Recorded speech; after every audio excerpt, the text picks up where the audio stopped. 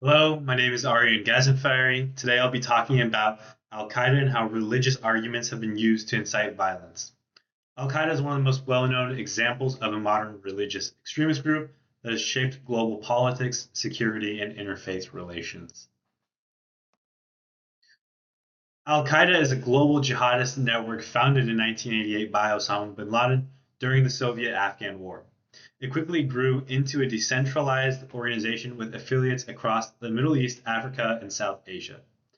The group is best known for carrying out the September 11th attacks, but it has also been responsible for bombings and insurgencies around the world. So, how I learned about it. I first learned about Al Qaeda through news coverage of 9/11 and the War on Terror. In this class, we've revisited the group in the context of religious violence, focusing particularly on extremist ideology that justified violence and is divinely sanctioned. Academic sources and course readings have helped me see Al Qaeda not just as a terrorist organization, but as a part of a broader pattern of fundamentalist violence. This is particularly interesting to me as I'm an Iranian American, and the American globalist agenda has been quite popular in the Middle East since I've been alive. So, groups like Al Qaeda and other similar groups that I'll get to further in the presentation have always been a part of my life, and I believe it's always been important to me to be knowledgeable about how the U.S. has been dealing with them, as well as what role they serve in the Middle East. Background summary: Al Qaeda's ideology is rooted in the belief that Muslims have a religious duty to defend Islam against what they see as the enemies, the United States, Western nations, and secular Arab governments. Leaders like Osama bin Laden, Ayman al-Zawahiri framed violence as jihad, a holy war commanded by God. They promised spiritual reward for martyrdom and portrayed their struggle as both religious and political, aiming for a global Islamic caliphate.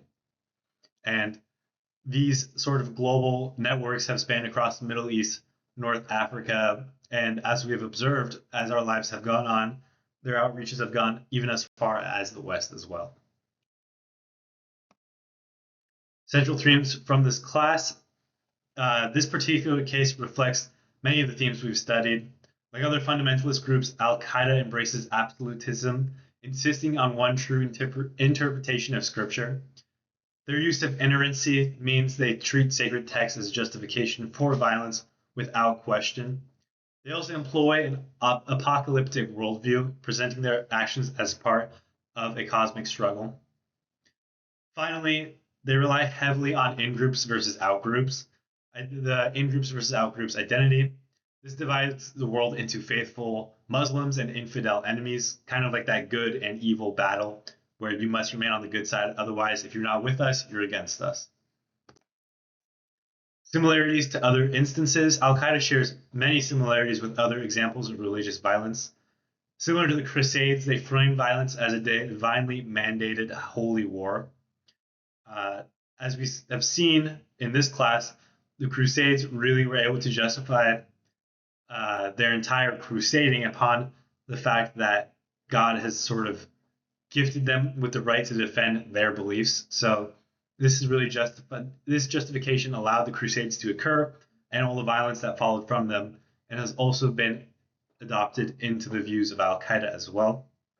Similar to ISIS, they emphasize jihad and establishment of a global caliphate. An interesting example I found while researching was this is quite similar to Buddhist extremists in Myanmar. They justify defending religion and culture and use methods of violence in order to do that.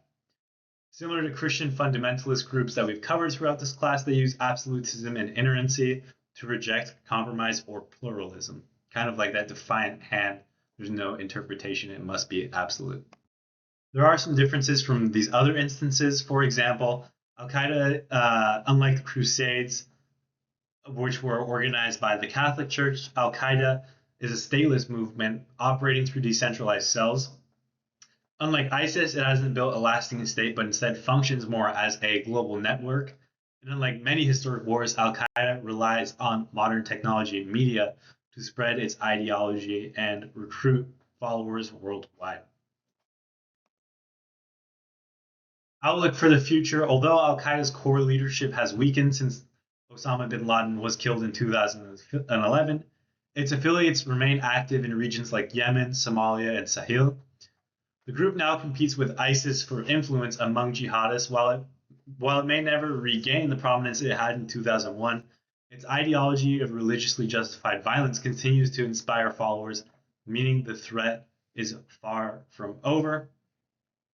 I believe groups like ISIS and other Islamic extremist groups have been able to take from and be motivated by those previous groups like Al Qaeda in order to further their message and continue to take about what their beliefs are built on and continuing the Islamic extremist movement. All in all, Al Qaeda is a great example of how religion can be weaponized to mobilize violence on a global scale. Its reliance on absolutism, divine mandate, and identity politics mirrors other historical and modern examples of religious violence. By studying these patterns, we can gain insight into how religious arguments continue to incite conflict and what steps can be taken in the future in order to prevent future violence.